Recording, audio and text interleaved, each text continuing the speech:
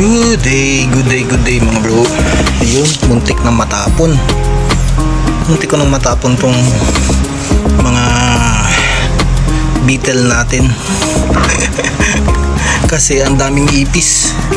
Dito na rin nagbahay ang ipis. Kaya tatapon ko na sana. Yun nga lang, pagbukas ko nito, yan yung mga pakain ko sa kanila, oh, natuyo na. Pagbukas ko nito, may mga ipis pa, oh. Pagbukas ko nito, mayroong gumagapang-gapang na maliliit. Kaya cancel ang tapon. Papakain ko sana sa manok. Kasi nga nagkalat yung mga ipis. Yun, oh. Ayan. Oh, ha? Yan. Meron ng super worm. Marami yan. Hindi lang yan ng ganyan. Napakarami. Napakarami niyang kanino nakakita ko. Kaya kinancel ko muna yung kinancel ko muna yung tapon. Tapos yung mga beetle, ayan sila. Nilagay ko sila sa dating lalagyanan para hindi pasukin ng ipis, para mangitlog sila ng maayos dyan. Bagong beddings. Yan, bagong beddings na yan. At ito, siguro maghahanap ako ng container na isa. Hindi dito kasi napapakait na, natataktak. Papasok pa rin ng ipis. Ayaw natin na dumabi rin ng ipis. Yan o, dami nila o. Magalaw-galaw. Kita nyo ba? Yung yan, papalakihin natin yung mga yan. Mahaba na sila, mga siguro mga half inch. Wala pa pala. Wala pang half inch. Kaya gagawin natin, eto, alisin muna natin yung mga ipis na to at hihanapan natin ng paglilipatan. Kasi madami talaga yung ipis dito. Dito na rin sila nanganganak kasi nga may pagkain. Nakikikain sila. Kaya maghahanap ako ng container na ganito lang din kalaki. Butas-butasan lang natin ng maliliit. Then or lagyan natin ng screen. Then ililipat natin tong mga to, mga bagong superworm natin. At hindi na natin ilalagay dito kasi nga kakaipis. May ipis doon, ang dami. Ayaw natin dumami yung mga ipis eh. Kaya ililipat natin yung mga yan. Ililipat natin to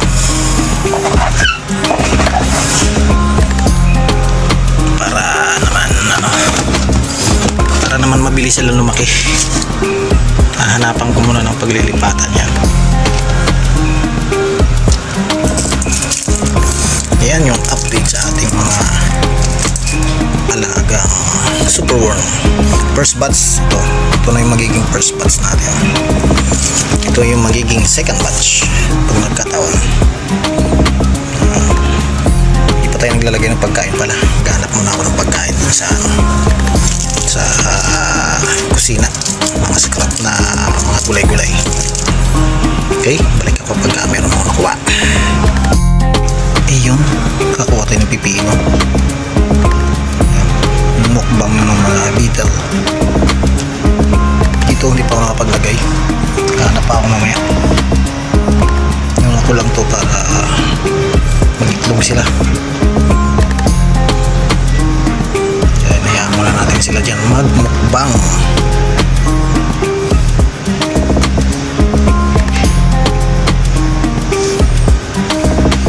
Kahanap tayo na lalagyan ng talaga nito paglilipatan. Mga ipis na to eh, nakakabwisit eh. Nakakagawang nila ng pagkain yung mga alaga ko eh. Yan sila, makain na.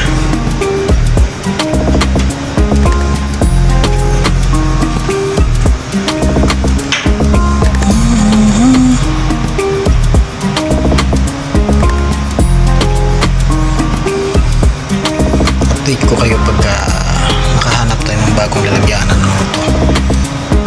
Gusto ko kasi ganito lang kalaki para madali silang i-file or mas malaki dito ng budget.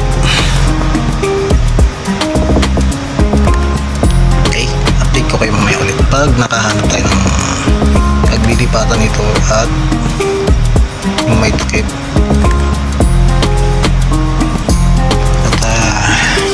Titignan natin kung marami talaga itong naging superworm nila. Tsak may mga itlog pa to eh, pero itong superworm napakarami. Kanina pagbukas ko rito, sobra. Kung gaano karami yung ipis.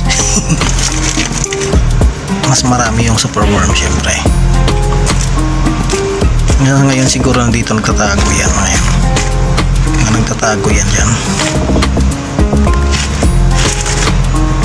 Pero pag nilagyan natin ng pagkain yan, yun o, madilim pala, diba? Magalaw-galaw yan o, makbo. Marami sila, tatago lang. Akala ko talaga ano na to, yung sablay yung pag-aalaga natin dito. Hindi ko akalain na may buhay naman pala. Kagaya nyo, dami yung gagalawan, tatago lang. Maliliit pa sila eh, basta ganun kalaki, pero marami yung kagaya nyo. Saan yung medyo may basa-basa, doon sila. Kaya gagawin natin babasain natin yung isang part dito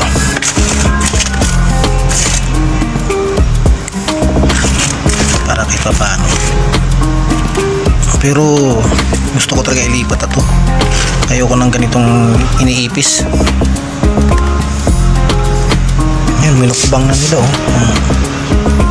Diba? Minukbang na nila. Ito pala mga dalawang pipino. Tapos ito, paramihin na natin to.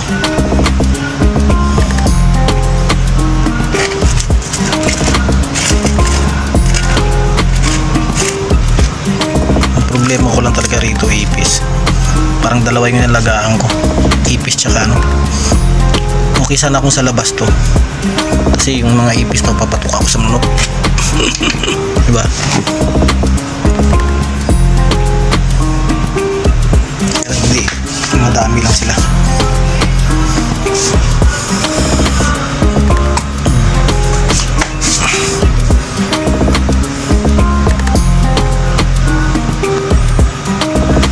Yan, may kilos-kilos. Hindi lang yun dito, nung hinukay ko kanina.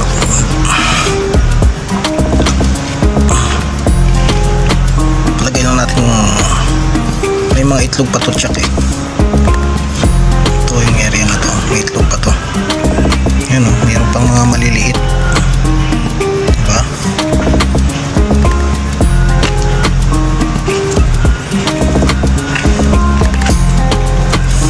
Kaya magandang ilipat ito sa mas maliit na lalagyanan.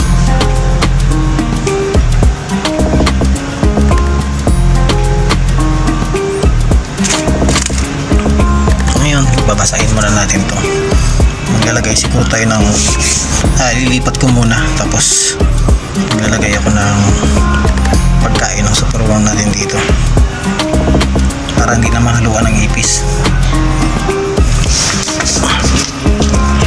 Okay. Mau, may superworm na mau. Liliit. Kailangan dami rin ng ipis, kaya lilipat ko sa lagyanan to na ano. Anak na? Oo, nilipat ko na ngayon malalaki oh, para dyan naman sila mga anak. Gano'n na, magkakalat-kalat dyan maliliit. Maliliit ko kakapak yan. Ang dami kanina. Itatapon ko na nga sana. Papakain ko sa manok. Binaba ko na rin sa baba. Yung pagbuklat ko sa ano eh, parang may gumagalaw na maliliit. Binuklat-buklat ko. Marami pala. Ayun. Yun oh, yun oh. Malaki na nga isa oh. Yun oh. Yun oh. Hindi si pare-pares ang size. Kasi hindi ko kabisado kung ilang buwan bago ilipat eh. Kung may nakita ko na may gumagalaw, nilipat ko na sa mga. Hanap ako ng ganito kalaki. Ipon-ipon sila. Makinagyan ko ng pipino. Dito hindi ko pa nalagyan ng pagkain. Tatapon ko nga to. Dadami na yan. Dadami na to. Kakaperahan na to mga after 2 months. Malay mo. Malay natin, diba? Hanap lang ako ng lalagyan na maganda-ganda. Tapos lagyan ko ng screen, ng window screen. Dito mahal kasi dito eh, 1 dinar 25 pieces eh. Kahit na mag 50 pieces pa, hindi natalo. Pakain ko lang mga scrap lang ng mga gulay-gulay. Scrapping pang ba? Okay, nandito na lang muna. Ingat-ingat na lang at God bless us all.